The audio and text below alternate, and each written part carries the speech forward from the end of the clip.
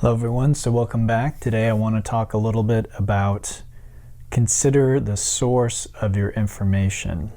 Before I get into that, I do want to thank all my patrons on Patreon who support me and make this work possible. If you're watching this for free on YouTube, then you really have them to thank for this talk, as without their support would not be able to do these talks. If you'd like to become a part of that community and get extra content, please check out the links below. Okay, so considering the source of our information, and we could talk about things like scientific information or misinformation, things like that. That's not really what I want to focus on today. I want to focus on two aspects of information. So one is judgment, which we've talked quite a bit about before. If you haven't already watched my videos about judgment, part 1 and part 2, I do recommend you go check those out first, as that will hopefully give you a lot of background about the problems with judgment. But today I'd like to take another look at it. Why do I focus so much on judgment? Because I think if you really understand and practice what I'm teaching about judgment, you can forego a lot of problems. You essentially bypass a lot of problems, a lot of difficulty, spiritually speaking. I think if you ignore judgment and you continue judging others, that just ends up judgment on yourself, ultimately. Because the same thing that we're using to find fault in others is finding fault in ourselves, whether we realize it or not. One of the very common aspects of the ego is to deny things in ourselves and project it outward. So many of us see a horrible world full of horrible people, people that we think we have every right to judge, and we don't realize we're actually hurting ourselves through that. So judgment is very important. And the other aspect I want to talk about is sort of perception of self. So these are the two areas I want to talk about, consider the source of our information. So I actually think this is a very important topic, and it's not one I've really heard covered by other teachers. There's a lot of things that we cover here that I haven't heard other spiritual teachers speak about or talk about. It's not to say it's not out there. I don't have time to research what everyone's saying about everything. I just have my sources, my teachers, the people I've learned from. And these are a few things that I don't necessarily hear being discussed or talked about. So I wanted to share this with you today because I do think it's important. So the source of our information about others, essentially this is about right and wrong, and again this is ultimately about judgment. So where do we learn right and wrong from? Where do we learn good and bad from? Where did we learn that it's good if two people get married and stay together, for instance? Where did we learn, that it's wrong to steal? Or maybe where did we learn that it is wrong to put your silverware in a certain order? Where did we learn that it's better to be neat than disorganized? Where did we learn that it's good to be frugal as opposed to a spendthrift? Where did we learn all these things? Now, I'm not saying one way or the other with any of these things, okay? So very, very important. That's not what we're here to discuss. Again, if you're new to this, then you really have to understand I am not interested in discussing or trying to figure out the right and the wrong. Okay, that's not for me. What religion might be very much about that. And religion is usually tied in with culture. Does religion have spirituality in it? Yes, most religions have spiritual concepts in them. But interestingly, many spiritual organizations and groups are much more interested in the ethical and moral aspects of the religion than they are in the spiritual content. A lot of times the spiritual part is just sort of like you brush over that because no one, including the clergy, maybe understand it. It seems very fantastical and out there, and oh, okay, if I'm good, I go to heaven, but since I'm not dead and I don't have to worry about heaven, I'm going to focus on being good, all these kinds of things. So anyway, the source for what we learned about good and bad, right and wrong, you should sleep with these people, you shouldn't sleep with these people, or you shouldn't sleep with anybody until you're married or whatever it is. If you sleep with this many people, you are a slut or a man whore or whatever it is. All these types of concepts, where did we learn these from? Where did we get these from? Okay, I want you to consider that. Where do we learn about what is good and what is bad, what is right and what is wrong? We learned it from other people. We learned it from other people. Why is this important? Because if we look at other people, especially if we're spiritually awake, if we've woken up spiritually, we see that most people are asleep spiritually. And we see that they have no clue actually what right and wrong are. As we've explored with a few different sources in the past, again in my other talks about judgment, one source was Buddhist and one was an ancient Buddhist source, and then one is a more modern, you could say Christianity derived teaching. We don't really have the capacity to judge right and wrong. Now again, when people hear this, especially if they're new to my teaching, they may think, well, we have to judge because we have to live in the world and I have to know what's right and what's wrong and what's good and what's bad, otherwise I would be paralyzed. Well, I hopefully addressed that, at least started to address that with a talk I gave about decision versus judgment. So we can decide to do something without deciding that doing the opposite is actually bad.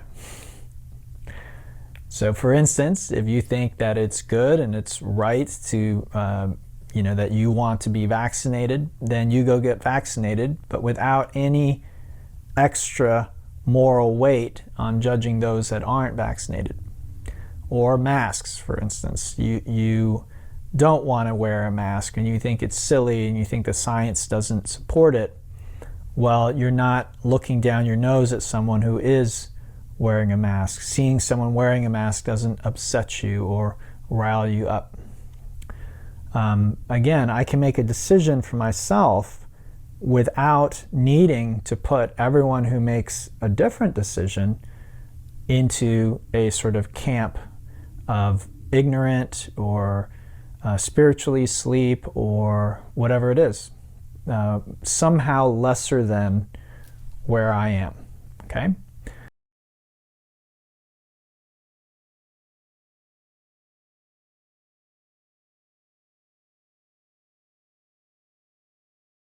So again, right and wrong, good and bad, I can decide to take action and do whatever it is I need to do in my life without needing to justify that what I'm doing is the right thing and therefore decide that everyone else is wrong. Now again, I alluded to this also with the talk I gave where we had that quote from the Tao. Okay, the saint, the sinner, and the sage. Most of us want to be saints. We want to be viewed by those around us as being quote-unquote good people. In fact, many of us identify as good people. And if I were to say, you're not a good person, you would start coming up with lists of, but I did this, I did that, I got married and stayed married, I give to charity, I don't hit little children, or whatever it is, whatever your criteria is, you have all these ideas and you think that that makes you good. And then somebody else, you might list why they are bad, what they've done wrong. Somebody you don't like, perhaps. Maybe there's somebody in your family. Maybe you can, right now, think about someone in your family who you think of as bad or wrong or evil, whatever it might be. Maybe there's some politician you can think of who meets that criteria. I think politics is another area where we can cast our vote without necessarily having to have some kind of a moral superiority about our vote. We can vote our conscience, vote what we think is right or what's best, but understanding that other people are going to see the situation, the landscape differently than we do. And our perspective isn't necessarily better than someone else's perspective. So right and wrong, good and bad, we learned these things from other human beings. And most human beings are spiritually asleep. They don't know right from wrong or good from bad because they don't see reality as it is. There's another quote that I might read to you guys at some point from this same Buddhist teacher who I quoted from about the judgment. And again, we have this idea that if we don't really know who we are, if we don't really know or see reality as it is, there really is no basis for judgment. I'll also, again, point out that we often as human beings think we need to know right and wrong, good from bad in order to act, in order to make a decision. And we tend to justify whatever we do based on these ideas. So even if we're doing bad behavior, quote unquote bad behavior, we have our justifications that in our mind make it necessary, a good behavior. It's necessary. It's a necessary evil, we might say. We can contrast this with the animal and mineral and plant kingdoms. So we don't see a plant needing to justify why it's growing up between the cracks in the cement. It doesn't need to say why that's a good idea or justify that that's a good thing. Same with flowers you see maybe blooming alongside the highway. Okay? I'm talking about wildflowers, not the ones that are planted there. Sometimes you're driving along and you see just beautiful wildflowers growing up in the divider between the highways, at least here in the United States. Sometimes you can see that. Do those flowers need to justify why they chose that spot? Do they need to figure out if that's the best spot for them and have all this reasoning about why they're doing what they're doing? Or can they just simply grow there? They might get cut down or mowed down when the highway service comes along and mows the lawn.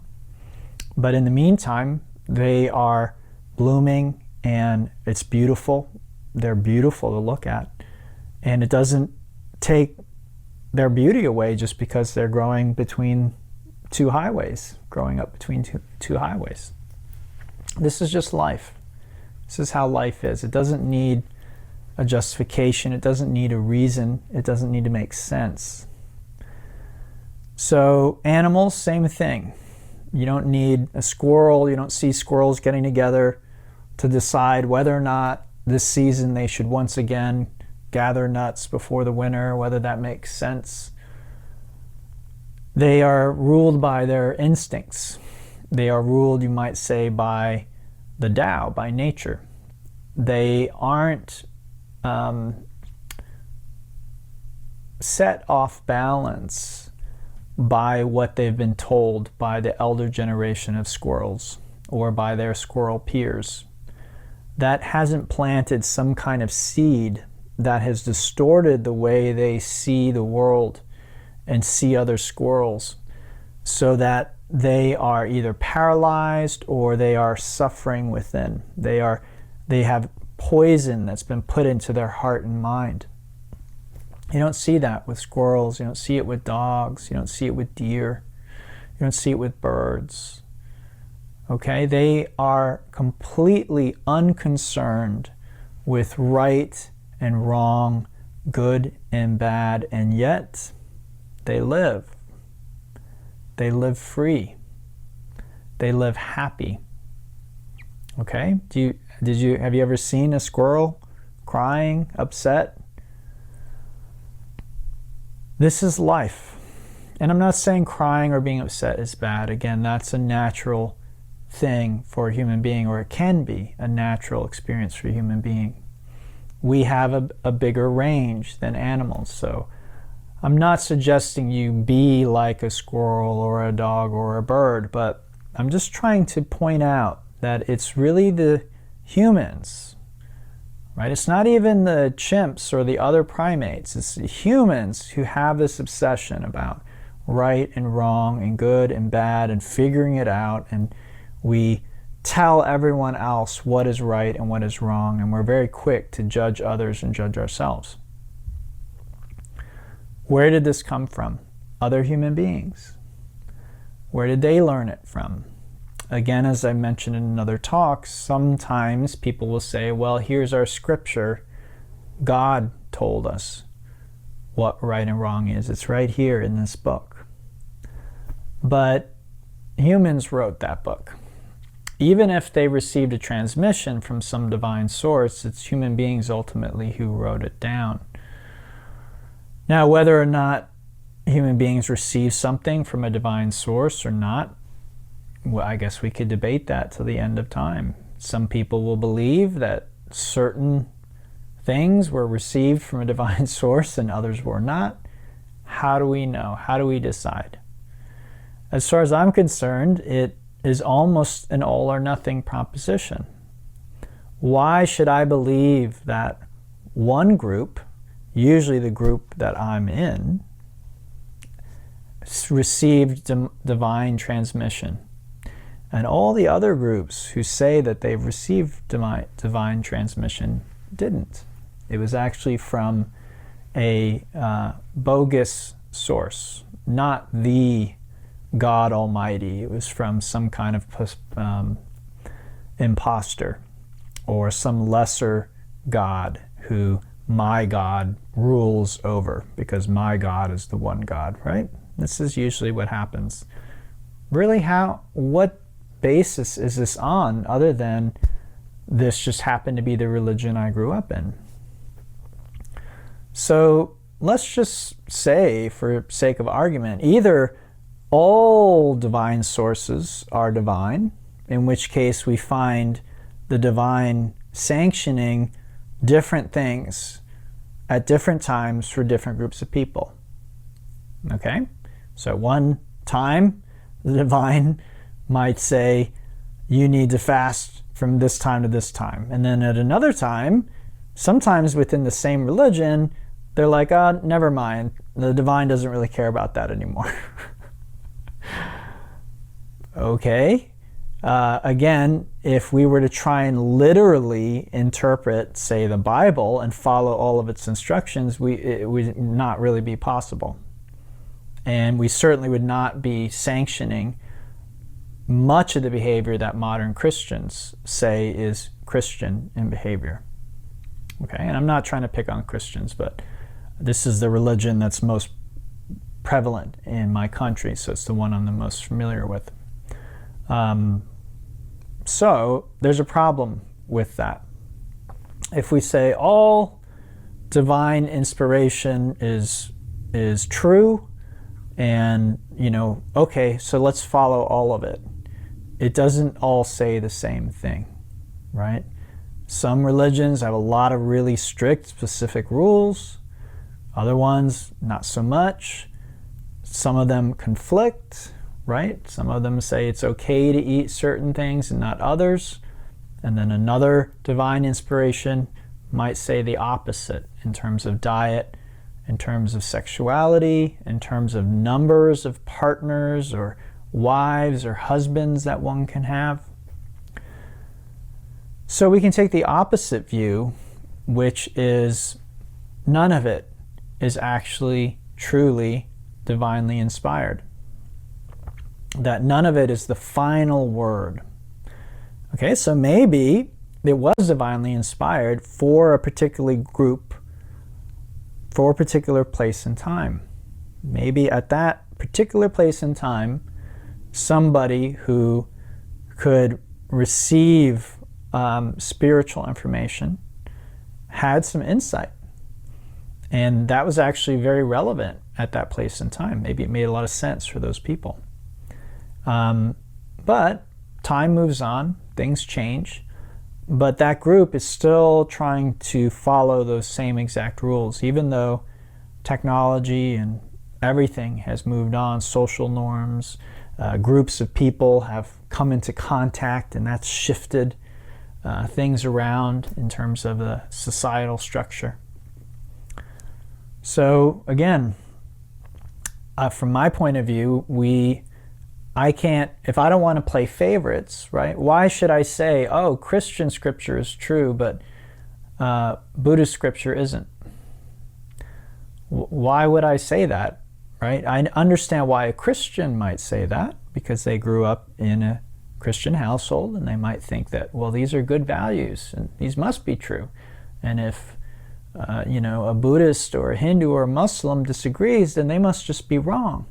I can understand that, but for me, I can't say that. That doesn't really make sense to me.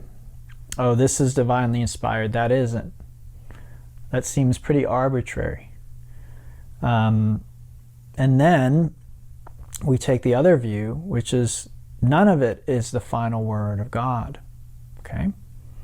So let's just take that perspective for now. None of these scriptures are the final word from God on who you should marry, when you should marry, how often you should marry, who you should or shouldn't have sex with, what you should and shouldn't eat, when you need to pray, how you need to pray, who you need to pray to. Okay, let's just assume that all of these are in the same boat or bucket, meaning that it's not the final word. If you want to follow one of those and you enjoy that, that's fine. If that gives you something, that's fine. But again, can we turn around and then look at everyone else who isn't doing what we're doing and say that they're wrong? So saying that these, I know right and wrong because the scripture says it, it doesn't really hold weight for me. It doesn't really make sense, because again, which one do we choose? Because they conflict. They conflict. So let's take that and say that that can't be the source for right and wrong. Well, then we can look at maybe science. But science, as far as I know, it really isn't how we decide as humans right from wrong, good from bad. We can see, using the scientific method, that certain choices will lead to certain outcomes, right? That we can just see that. For instance, like global warming right now, we can kind of see how some of the choices we're making is likely helping or leading to climate change, global warming, and at least some, if not most of the scientific community thinks that this ultimately could cause a lot of problems for us as human beings. So again, we can look at scientific consensus. Then what does that mean? Let's just say that global warming is real. Okay, I know there's some people want to debate that, but let's just assume it's real and it's happening, and we're causing it. We're a large driver for it. What does that mean about right and wrong? If I throw something in the trash, is that right or wrong? If I use plastic, is that right or wrong? Where's the line? Where do we figure out right and wrong? Who's good and who's bad? Is it like I drive my as much as my trash as I can to the recycling center every week, sometimes twice a week, I personally drive it to my car because I don't have pickup where I live. Does that make me morally superior to someone else? Does that make others who live in the same complex as me, who don't drive their trash to the recycling center, does that make them morally wrong or depraved or evil? If science is saying, hey, the planet's warming up and here are some things that you can do, recycling, things like that, reducing landfill and the sort of emissions and things like that, is that right or wrong? Some people think that the way that meat is raised, which I agree, I think is problematic, but there's problems with the entire food industry, to be quite honest with you. It's an industry. A lot of industries, when unregulated, create a lot of problems. So I don't think the food industry is any different than that. But some people argue methane and gases that are produced by animals who are being raised, that's problematic. So again, somebody might think that being vegan or vegetarian, they're taking the high road, and that not doing that somehow means that others are wrong or evil, and science is backing that up. But I don't think science has an opinion about that. Again, science may again show us the effects of decisions that we make, and also sometimes science is wrong about certain things or incomplete. It doesn't give us a complete picture. And actually the thing about raising animals is a good example of that.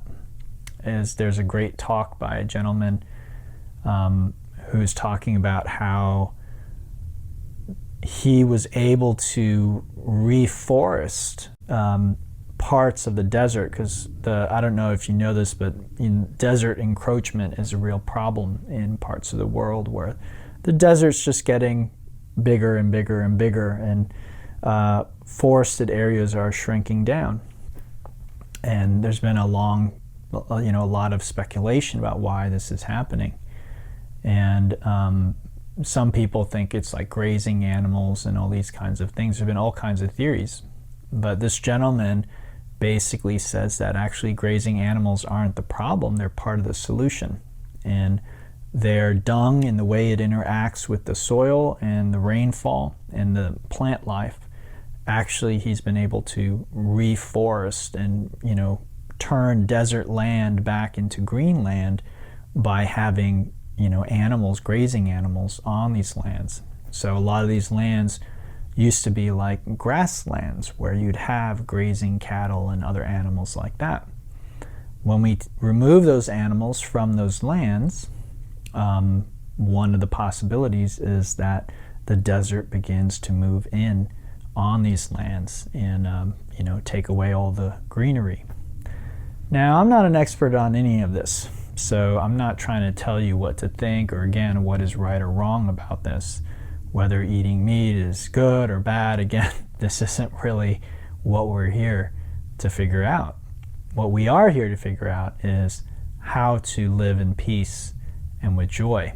And living in a world where we condemn our fellow human beings for their choices and their decisions, for me, this is not a way that we're ever going to live in peace and with joy. It's just simply not going to happen.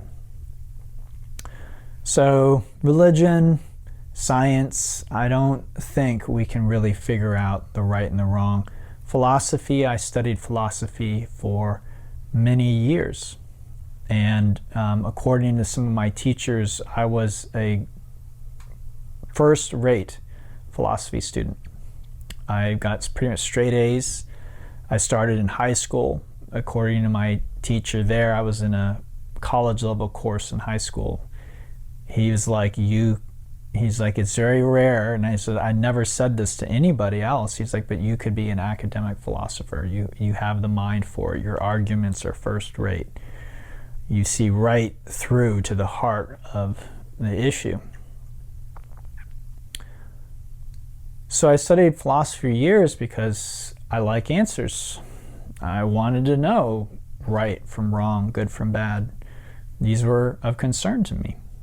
And the conclusion I came to was philosophy can't do it. Using the mind alone, thinking alone, doesn't tell us right from wrong, good from bad.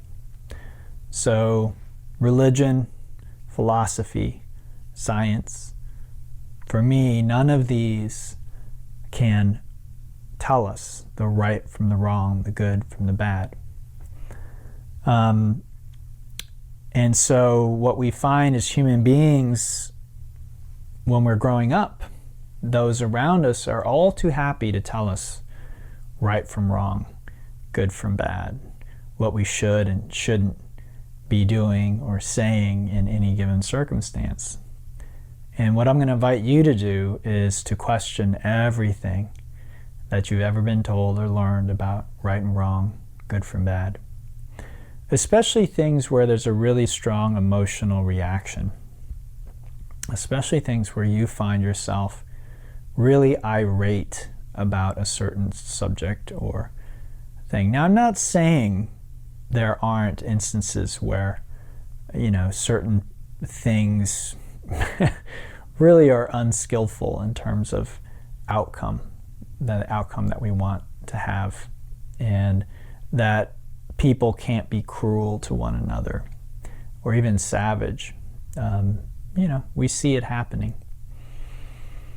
But spiritually speaking, we want to keep our eyes on a bigger picture than that. And so again, that's what talks like this one are about. So the people you learned right and wrong from, good and bad from, chances are they were spiritually asleep. And for me, most people who are spiritually awake, the ones that I'm aware of, they don't go around espousing what you should and shouldn't be doing. They are mostly pointing to your inner state. And if they're talking about good or bad, right and wrong in any fashion, they're talking about essentially what we'd call skillful and unskillful behavior. So certain things are going to lead to suffering. Doing those things is unskillful. So again, not bad, wrong, evil, just unskillful. And there's some evidence that in the Christian tradition, the word sin actually derives from a word that means to miss the mark. And I like that, because if we think of, most of us hear that word sin and we think like, eternal hellfire damnation, like you are a sinner, you are evil, you are bad, you deserve punishment, right? That's what most of us think. But what if sin just means you missed the mark? You were trying to do one thing, make yourself happy, find peace and contentment, and you didn't. You did something that was unskillful, and that did not lead to that. And that's really the way that I see that word and many of the things that people might say is sinful behavior. And from my perspective, you can see where many of the things that human beings say are good and bad, many, not all, and it also depends on circumstance.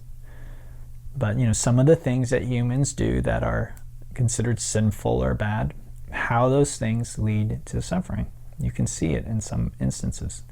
And again, it really ultimately is a case-by-case basis. So generalized instructions like what we should eat, what we should do, these are really only going to be of so much value to us. But that's not the way most of us were taught when we were young, right? We were told, don't do that, that's bad. And so we think, oh, okay, doing that thing is always bad. Well, then if we do that thing, we might feel guilty or ashamed. And this brings me to my next aspect of this talk, which is, who did we learn about ourselves from? If we think, gee, I'm pretty, who did we learn that from? If we think, wow, I'm smart. Who did we learn that from? Where did we learn that from? If we think, gee, I'm really talented, where did we learn that from? Where did we get that idea from?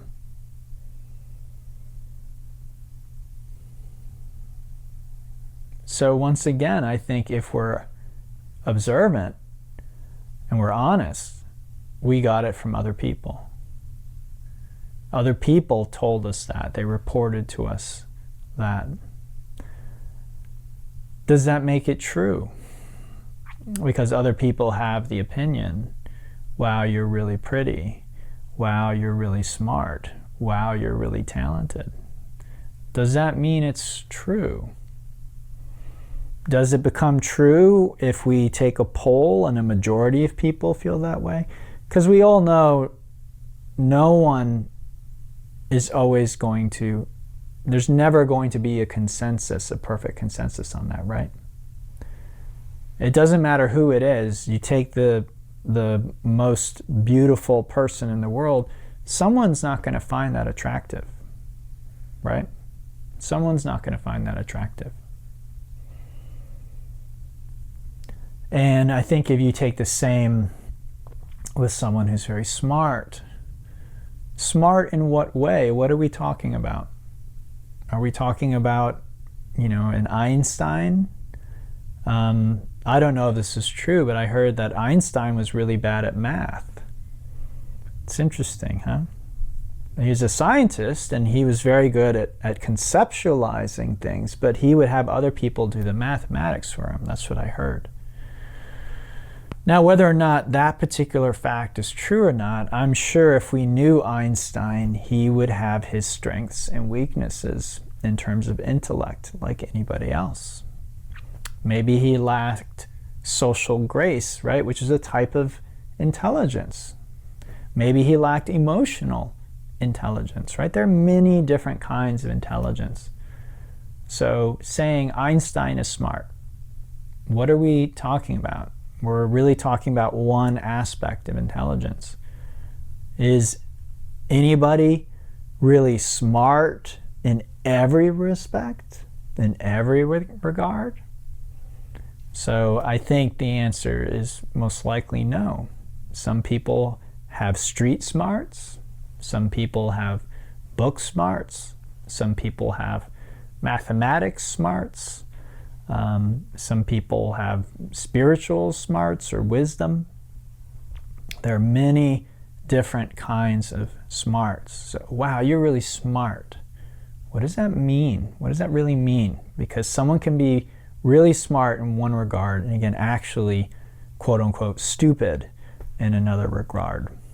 So I'm smart. Again, where do we learn this? From other people telling us that. And then we might believe it.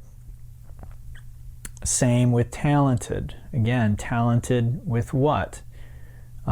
Talented in what way? Compared to whom?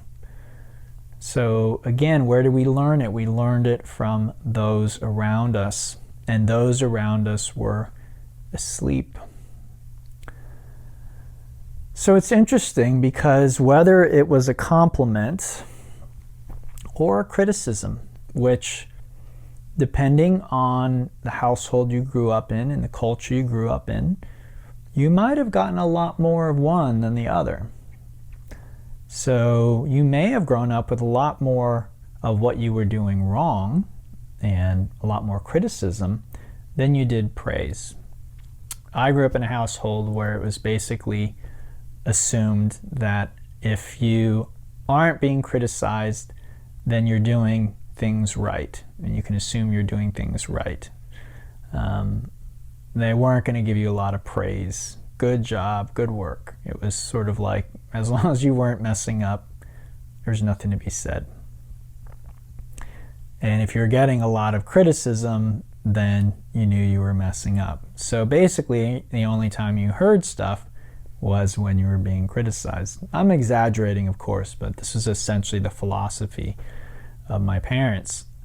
And so you can imagine that as a child, where you don't really know, you're innocent and you've come into this world and you're learning about the world of human beings, what it means to be human, what it means to be a good human from the adult humans around you. And they're basically just pointing out what you're doing wrong. Well, it's very easy to see how this can lead to essentially what we call a deficiency story, where you start to see that I'm not right, I'm not okay. Now, this usually happens to us before we have conscious, rational thinking. Once we have conscious, rational thinking, we can, at least to some degree, begin to reject ideas or judgments from people if we don't agree with them, or we see that that person has an agenda, or that person is crazy, or whatever it might be. But usually when we're really young, we don't have, our parents could be crazy, but we don't know that, right? They might be drug addicts or alcoholics, or they might have sociopathic tendencies, or borderline personality disorder. They might be a narcissist, but we just love them, and we want their approval, and we want their praise, we want their love. And so them telling us that something we did was wrong or bad can be really, really hurtful, can really, really cut to the core. So most of us, once we're an adult, we have what could essentially be called an ego, which is sort of a story or a self-image of who and what we are. We again might conceive ourselves as I'm a good person, or I'm a bad person, or some mixture thereof. We might think, well, I'm attractive. I'm not the most attractive person, but I'm pretty hot. I can date who I want to, or I can date people in my own league, or whatever we think that is, right? Or we might have a more pessimistic conception. Maybe when we were young, someone called us ugly. Maybe it was even our parents. They were in a bad mood. And maybe there's no truth to that at all, but we believed that. Or someone said we were overweight. Maybe we had a little bit of trouble losing our baby fat, and then our parents didn't like that, so they told us we were overweight. And maybe now we're an adult and we're our perfect healthy weight, but we're still trying to lose weight, still trying to starve ourselves to get ourselves to fit some sort of image based on this experience when we were very young. So again, I'll invite you to do this practice, which is calling into question all the beliefs and ideas that people, those around you, and also those around you now, but when you were growing up, the ideas that those around you put into your head about who you are, what you're good at, what you're not good at, this sort of thing. In my experience, you don't really need them. You don't really need this self-conception of talented, not talented, good, bad, pretty, not pretty. You can move through the world much more innocently than that. And the interesting thing about this is it somewhat, in my experience, inoculates you to both praise and criticism. So I think both are ultimately harmful. I don't mean people giving you praise or criticism is harmful. I sort of mean believing your own press is. So, human beings tend to see right and wrong, good and bad, based on a very limited perspective, and mostly based on their own interests. That's just pretty much a fact. Especially people that are not spiritually awake. They're really going to base good and bad, right and wrong, based not only on a limited perspective, but based on their own interests, what they see as their own interests. What's interesting about people who are spiritually asleep is very often, maybe more often than not, they don't actually know what's in their own best interest. They actually oftentimes end up seeing things the reverse of what they are. So they actually see things that are not in their own best interest as being in their best interest. I've seen this quite a bit with groups and people who are asleep, spiritually asleep, so to speak. But that doesn't stop them from judging you and throwing shade your way and hating on you. So just because a group of people hate you, does it mean you did anything wrong? Does it really mean you did anything wrong? Does it mean you're a bad person if a group of people turn against you? Or one person turns against you? If your parents don't approve of your marriage or your career choice or your parenting style, does that mean that you've actually done anything wrong or that you need to feel bad about that? At the same time, just because someone gives you praise and tells you you're doing a good job or says you're a genius or something like that, do you need to believe the hype? Do you need to then take that information and puff out your chest and go around then expecting others to see what this individual saw, or expect others to treat you as somehow special or different? In my experience, I have gotten both as a teacher. Personally, I would much rather keep to myself, to be quite honest with you. I'm a relatively private, quiet person. I'm not really someone who needs to go out and have his voice heard or make a big statement or get a lot of attention from other people. So I'm just talking personally. Personally, I really don't need to get up on any kind of platform like YouTube or Instagram or anything like that and tell my opinion on subjects or talk to groups of people. It's just not something I ever need to do. It is a part of my job, however, and it is something that's necessary for me to do and communicate what it is I feel that I need to do. And so I do it. And without reservation, I don't feel bad about it and I don't dread it or anything like that. But when you get up in public and you speak, it makes you susceptible to people then voicing their opinions, whether in agreement or disagreement. So as a teacher of it, I've experienced a lot of both. I've experienced a lot of praise where people either agree with what I'm saying or they get something of value from what I'm saying. I think both have happened. And then the opposite, which is where people disagree with what I'm saying.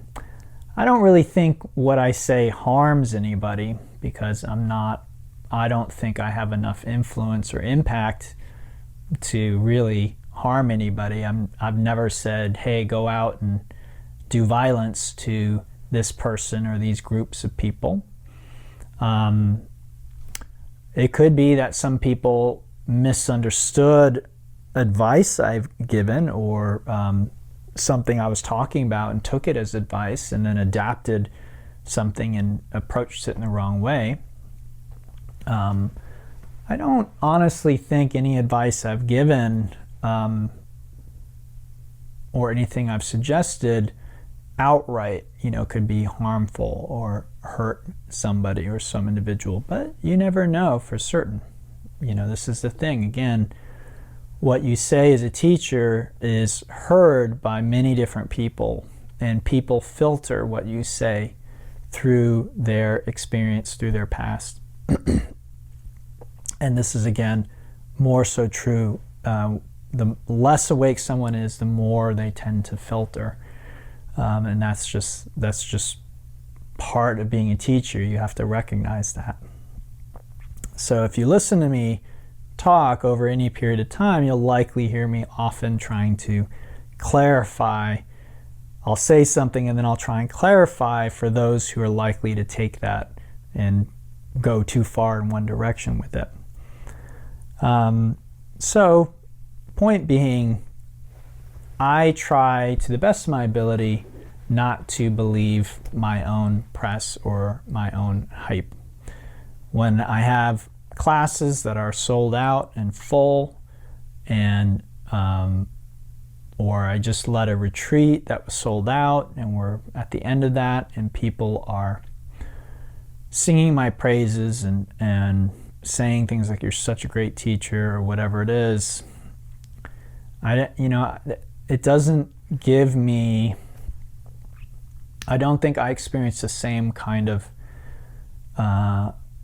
warm fuzzy that maybe someone else would who's receiving a compliment. I think there's a real reservation for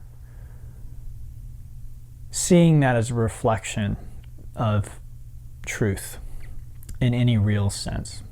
And that's sort of hard for me to explain, but I'm not saying the person didn't get value from what I did, but I think, I don't know, a lot of compliments, things like that, they're very often directed at an individual, and I guess really it's harder and harder for me to be identified as an individual who is anything, any one thing, whatever that might be. Good teacher, bad teacher, moral, immoral, kind, unkind. All of these concepts are trying to point at some kind of static thing, right? I'm good. Well, what happens when you do something bad? Are you still good? Can you always consistently do the good, right thing? Do you really know what that is in every single instance? Do you know that every time you've raised your voice to your children or punished them, that was justified and was the right avenue?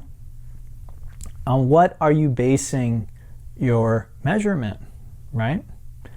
When I get up and I teach a class and I finish that class, if I say to myself, that was a good class, on what am I basing that decision? What about these talks?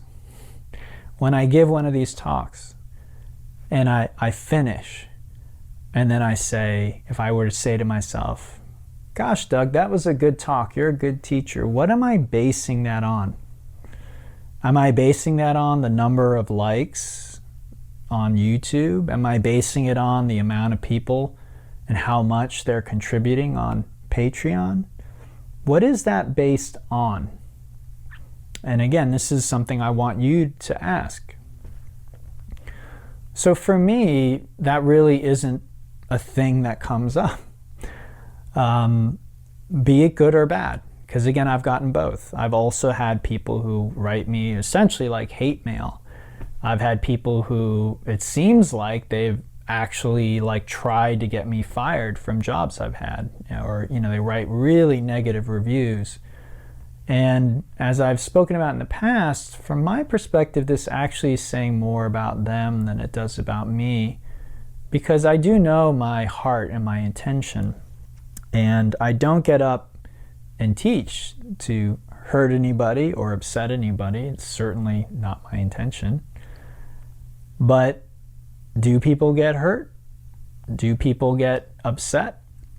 Again, when I say hurt, I don't mean physically hurt. I just mean kind of emotionally riled up. Yeah, they do. And it's interesting to me.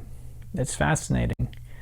And that's why. If I were getting up and just espousing hateful things and people got upset, then yeah, I'd say, okay, it's me. It's me, it's not them. I said all these things that are upsetting, and I was personally attacking people. Yeah, I should stop that. But that's not what I do. That's not what I do. I just try and point out things, and sometimes people will either project onto me something that they don't like, and that's called shadow, and we'll talk about that in more length at another time. But shadow is where we project something that we don't want to see inside of ourselves outside, and it's very common actually. And this is again another area that you can start to investigate yourself when you see somebody out there who you have a real problem with, you know, maybe a certain spiritual group, certain political group, whatever it is. You want to be sure that that's not simply projection on your part. You're seeing an aspect of yourself projected outward because it's too painful to see it inside of you.